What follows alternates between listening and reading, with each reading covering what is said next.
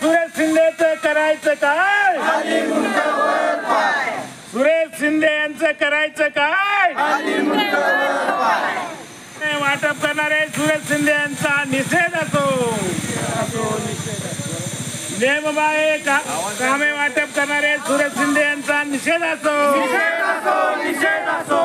नेमबाह्य कामे वाटप करणारे सुरेश शिंदे यांचा निषेध असो, महात्मा ज्योतिबा फुलेंचा, छत्रपती शिवाजी महाराजांचा, अण्णाभाऊ साठेंचा, फातिमा बेग यांचा, बोलो रे बोलो, अरे जोर से बोलो, अरे हिम्मत से बोलो, अरे बोलना पड़ेगा। सुरेश शिंदे यांचं निलंबन, सुरेश शिंदे यांचं निलंबन, सुरेश शिंदे यांचं निलंबन, सुरेश शिंदेचं करायचं काय? सुरेश शिंदेचं करायचं काय? सुरेश शिंदेचं करायचं काय? बाबासाहेब आंबेडकरांचा, डॉक्टर बाबासाहेब आंबेडकरांचा, झुंजावत झुरावायचं करायचं काय? झुंजावत झुरावायचं करायचं काय? सुरेश शिंदेचं करायचं काय? सुरेश शिंदेचं करायचं काय? झुरावत यांचं करायचं काय? सुरेश शिंदे यांचं करायचं काय? सुरेश शिंदे यांचं करायचं काय? डॉक्टर बाबासाहेब आंबेडकरांचा, डॉक्टर बाबासाहेब आंबेडकरांचा, महात्मा ज्योतिबा फुलेंचा, होत कसं नाही, झुंजावत यांचं निलंबन झाल्याच पाहिजे, झाल्याच पाहिजे। दलित हल्ला बोल, अरे लाठी लेके हल्ला बोल, अरे लाकडी लेके हल्ला बोल, अरे सुरेश शिंदेचं करायचं काय? अरे सुरेश शिंदेचं करायचं काय? जोर से बोलो, ताकत से बोलो, अरे हिम्मत से बोलो, अरे ताकत से बोलो, करायचं काय? सुरावत यांचं करायचं काय?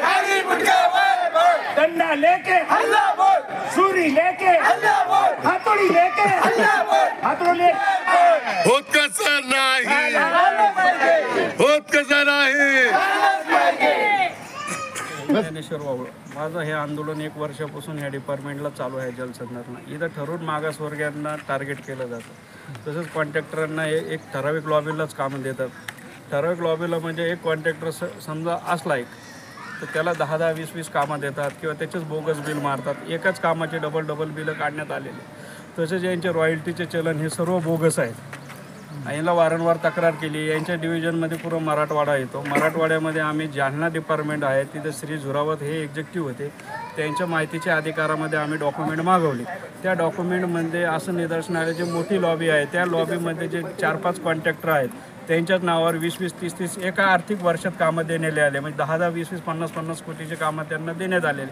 आणि काही गावात असे आहेत की तिथं बंधारा बांधायचीच गरज नाही आहे, त्या गावात डबल बंधारा दाखवून पेमेंट काढण्याला आलेलं आहे। म्हणजे पहिलं 70 लाखाचं काम त्याच गावात केलं, म्हणजे अजून 4 महिन्यांनी त्याच गावात 1.5 कोटीचं कामची गरज काय?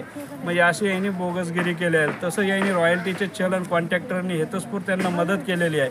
व आज जसं चलन आम्ही घेतलं रॉयल्टीचं, तर रॉयल्टीच्या चलनावर डिपार्टमेंटचं नाव आलं पाहिजे। डिपार्टमेंटचं नाव नाही आणि सरळ खाली लिहिलेलं आहे चलनाच्या टिपमध्ये की हे चलन खरेदी विक्रीसाठीच असतं। म्हणजे खरेदी विक्रीसाठी असलं तर जेव्हा आपण जमिनीचा व्यवहार करतो त्यावेळेस ते चलन चालत असतं। म्हणजे सिव्हिल वर्कला किंवा बांधकामाला ते चलनाची गरज नाही आहे। म्हणजे मी चलन भरलं आणि मी नंतर गेलो त्यांच्याकडे, माझ्याकडून चुकून भरलं ते चलन, तर मला ते पैसे रिफंड होतात। म्हणजे यांनी शासनाची आर्थिक तरतूद हे झुरावतनी केलेली आहे।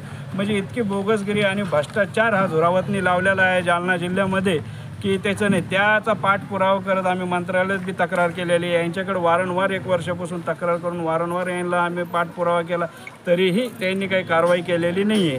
तसेच आमच्या औरंगाबाद जिल्ह्याचे सुरेश शिंदे, त्यांचे आमचे क्लर्क आहेत ते सुरेश शिंदेपेक्षाही मोठे आहेत, सिंगतकर साहेब। यांनी असा भ्रष्टाचार केलेला ठराविक 10-12 जणांना देऊन यांना कोट्यवधीचे कामं वाटप करून बोगसरित्या दिलेलं आहे. सुभेचा जो जाहीर असतो ते हा काय असतो यायला माहितीच नाही आहे. हे रॉयल्टीचे चलनसुद्धा भरत नाही. याने मला लेखी दिलेले माहिती अधिकारामध्ये रॉयल्टीचे चलन काय असतं ते माहीत नाही, आम्ही डायरेक्ट पैसे भरतो म्हणे. त्याच्यानंतर याने जे 33-33चं मस्टर असतं, मस्टर यांच्याकडे मेंटेनच नाही. असे 4 जिल्ह्यातून मी मागवलेले डॉक्युमेंट सर्वांनी मेंटेन केलेलं, पण ह्या आमच्या औरंगाबाद विभागाला 33-33 काय आहे हे धोरण माहिती नाही.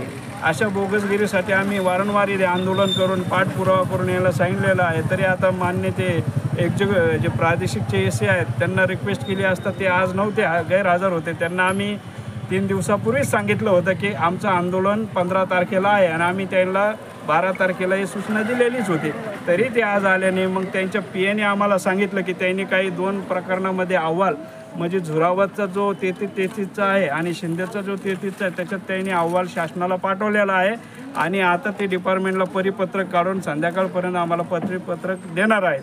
आता तुमची काय मागणी आहे? आता आमची मागणी आहे की आम्ही जे पुरावे सबळ पुरावे दिलेले आहेत ते पुराव्याचं शहानिशा करून त्यांच्यावर तत्काळ गुन्हे दाखल करावे.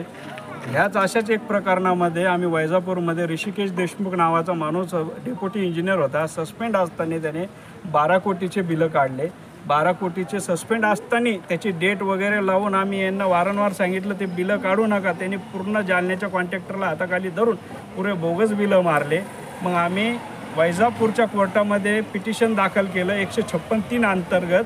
तर वैजापूरच्या कोर्टाने निर्णय आम्हाला 200 CRP यांच्यावर गुन्हा दाखल करायचं परमिशन दिलेलं आहे. तरी आम्ही त्यांना 156(3) का नाही म्हणून आम्ही त्याच्यामध्ये अपीलमध्ये गेलेलो आहे. आणि वर्षभरापूर्वी तुम्ही याच मागणीसाठी इथंच आंदोलन केलं होतं, तर त्यावेळेस काय आश्वासन दिलं आणि त्याची पूर्तता झाली नाही का? नाही, त्यावेळेस तर ते तत्काळ म्हणले होते 15 दिवसात त्यांचे सर्व अहवाल आम्ही वरती शासनाला पाठवून देऊ. तोपर्यंत अजूनही अहवाल गेलेला नाही आहे. आता मॅडम म्हणता की अहवाल पाठवतो त्याचा इनवर्ड नंबर तुम्हाला देतो होय म्हणून, आणि या 2-3 दिवसात पत्र देऊन तुम्हाला सांगतो की काय कारवाई करणार आहे. आज जर तुमच्या मागणीची दखल घेतली नाही तर पुढचा पवित्रा काय राहणार तुमचा? आमचं आता हे आमच्या मागणीची जर दखल नाही झाली तर पुढच्या वेळेस आम्ही हे येणाऱ्या महिन्याभरात आम्ही एक मोठं आंदोलन करू. ज्यावेळेस यांचं ठिय्या आंदोलन राहील, जोपर्यंत आमच्या याच्यावर कारवाई होत नाही तोपर्यंत आम्ही आंदोलन मागे घेणार नाही. आणि दुसरं आहे की आम्ही यांच्या सर्वांच्या विरोधात हायकोर्टमध्ये पिटिशन दाखल करू.